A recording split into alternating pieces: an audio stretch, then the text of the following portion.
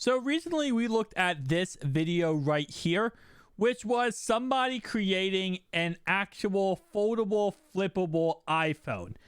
And surprisingly enough, it actually did work. Now, while it did work, it was very questionable, and to be honest, it would not stand up for a very long time. I'll be honest, this probably would break within maybe 3 or 4 or 5 months from this being posted. Now, here's something that's interesting because we talked about this before, but I want to bring this back up, especially now with the Google Pixel Fold coming out sometime early next year and us already getting some renders of it, price tags of it, and all that kind of good stuff. So the Google Pixel Fold is currently going to be $1,800. So a lot of rumors of people expecting it to be a lot cheaper than that. I think the initial report was they expected it to be $1,400-$1,500 or even cheaper than that. But yet that's not the case, right? So we now know, outside of Chinese companies creating cell phones, we now know Google is going to create an $1,800 foldable phone.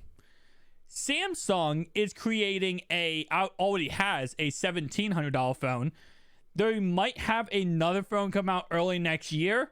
That could be in the ballpark range of $2,000. And Microsoft has their Surface Duo 2 sitting at a price tag of $1,500. So if Apple, who is rumored to join the game either next year or the year after that, how much would they charge for this foldable, flippable phone? Well, let's go ahead and take a look at the patent. So starting off right away, this is a patent they filed in 2020. So obviously right at the beginning phase of all the crazy foldable, flippable phones. And as you guys can see, it looks like pretty much a typical iPhone that flips. It's a flippable iPhone. Exactly what we see in this video is what their patent really shows off. It's 2 layers of what looks like Gorilla Glass Victus, and it's a hinge completing those 2 layers together. Now, here's the big thing, right? If we look at this video, in this video, this guy has just one screen. It's pretty much you take a display and he's folding it in half. But with the iPhone patent, it's 2 separate displays. So this is 2 separate screens that are not connected together that obviously would eventually, with the hinge and everything, work together side by side, but they would not technically be one gigantic foldable display. This would be kind of like taking a Surface Duo and making it a flippable phone. Which, would that work? Yes. How would that work? That's up to Apple to figure out.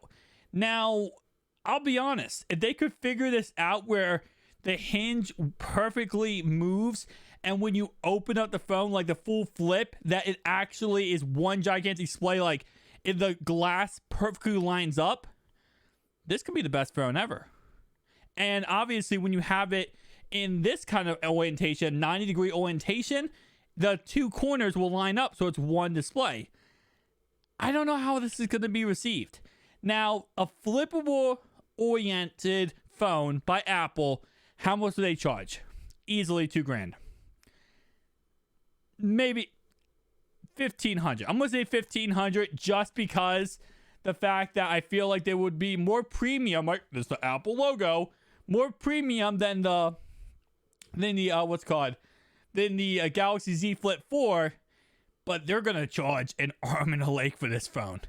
They really are. And if they can get this work perfectly, people are going to pay that price tag, like always whenever we see Apple products. So here's another one.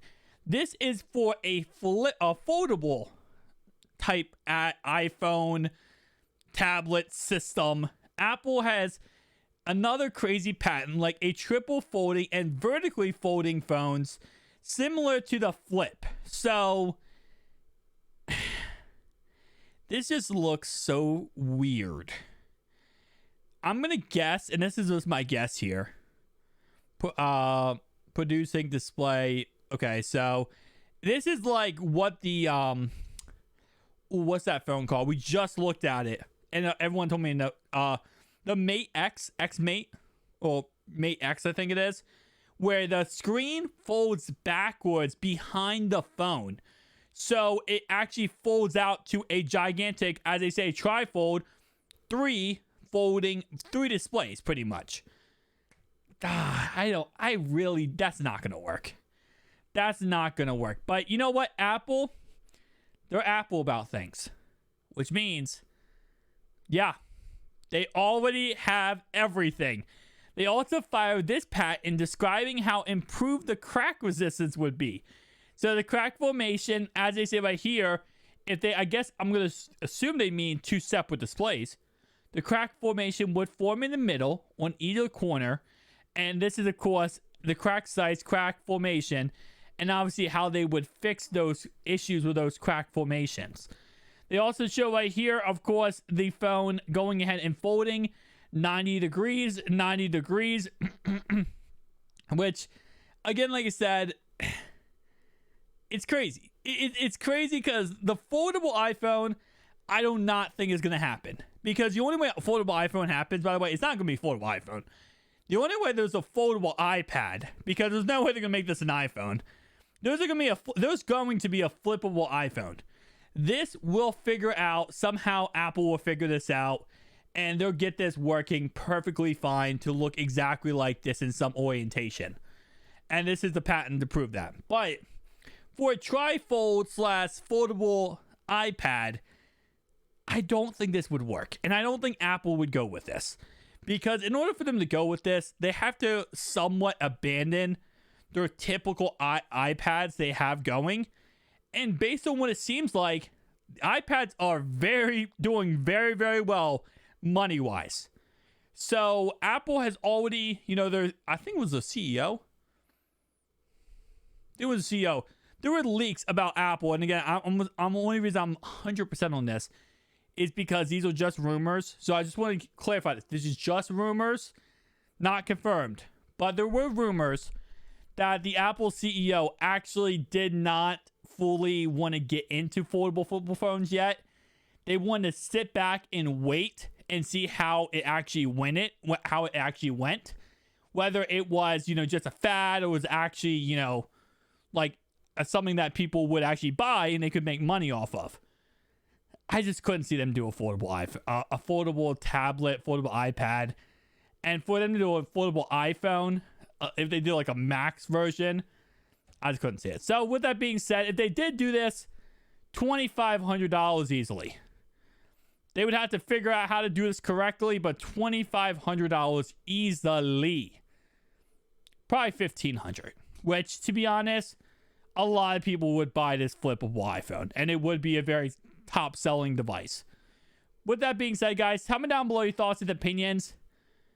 If Apple did join, right?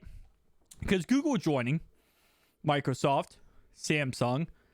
If Apple joins, Samsung did say by 2025, this is going to be the daily driver. Everyone's daily driver is going to be a foldable, flippable phone. If that is the case, Apple joining would perfect that. Apple joining would push that forward. Because now you have the four biggest companies in phones, period, now all working on foldable phones. It's possible. Samsung might have been right. Thank you guys for watching. See you guys next one. Peace out.